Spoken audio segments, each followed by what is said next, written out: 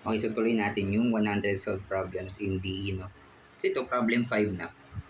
So using the substitution, z is equal to y raised to 1 minus n. Show that the general solution to the Bernoulli DE, dy over dx plus p of xy is equal to q of x times y raised to n is, pwede ko ito basahin, no? Pero ang tanong lang dyan ay, parang i-derive lang natin yung formula, general formula ng Bernoulli DE using this substitution. Okay, so i-derive lang natin, no? Dapat makuha natin is ito. Okay? So first thing, using yung substitution na z equals y raised to 1 minus n. Okay? So we have, differentiate natin both sides. So we have dz is equal to power rule, di ba? Baba mo yung 1 minus n. Then 1 y raised to 1 minus n. 1 minus n minus 1 dy. O di ba, using the power rule? Baba mo yung exponent, then minus 1 dun sa original exponent. So yung 1 minus 1, magka-cancel yan. So we have dz. We have dz is equal to 1 minus n raised to y times y raised to negative n dy. Okay? Now, gamitin natin itong general equation ng Bernoulli DE. Okay, this one. Yan. So we have dy over dx over dx plus p of x y is equal to q of x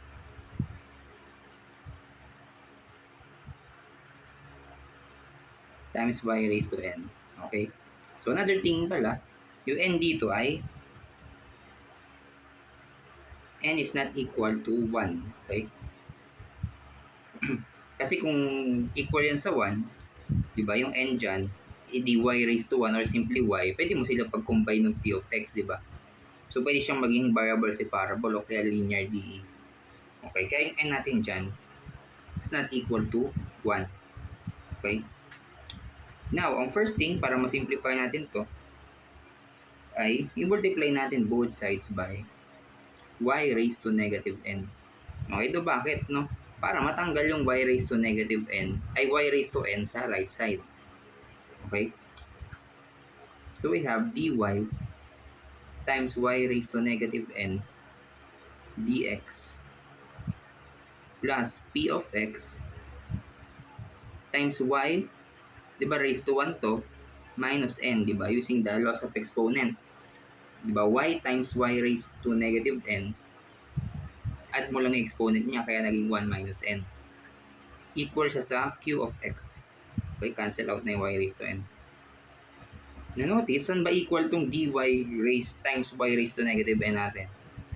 Okay, meron tayo ditong dy times y raised to negative n. Okay? So if we divide this both sides by 1 minus n, we can see that dz over 1 minus n is equal to y raised to negative n dy. Okay? Which is, pwede natin siyang i-substitute dito. Right? Papalitan natin yan ng dz over 1 minus n. Now, ito namang y raised to 1 minus n. Y raised to 1 minus n, saan siya equal? Ayan yung ating substitution na z. Okay? So, pwede natin yung palitan para maging in terms of z and x siya. Okay? So, yun yung gagawin natin. So, we have here, this one is dz all over 1 minus n dx plus p of x. So, saan equal yung y raised to 1 minus n? Sa z. Equal sa q of x. Okay? Now, multiplying both sides by 1 minus n. Okay? So, we have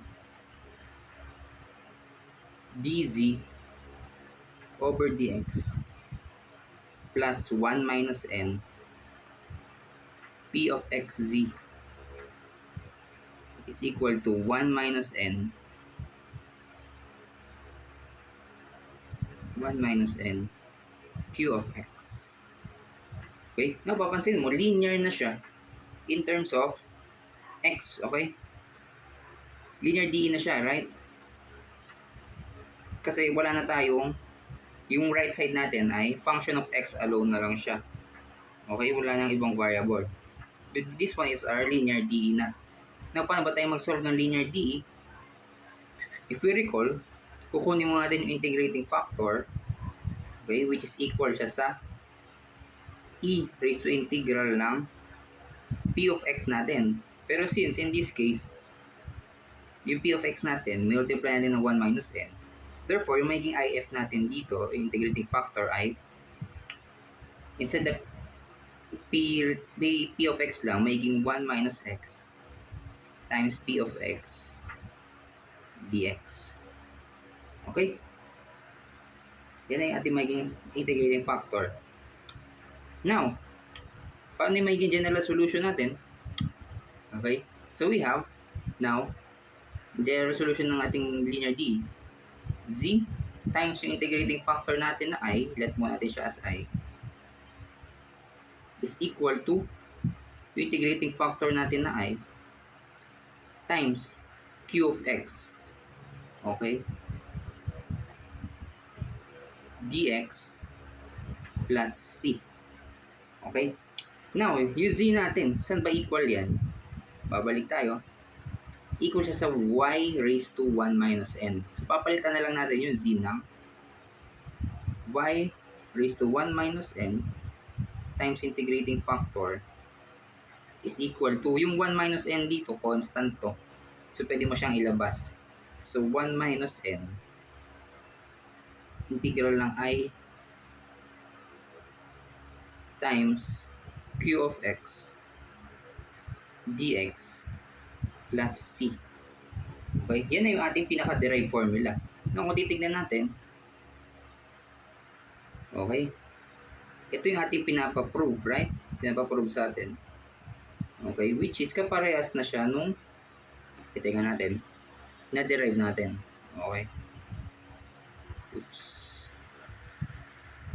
Yeah. Okay, kaparehas na siya nito.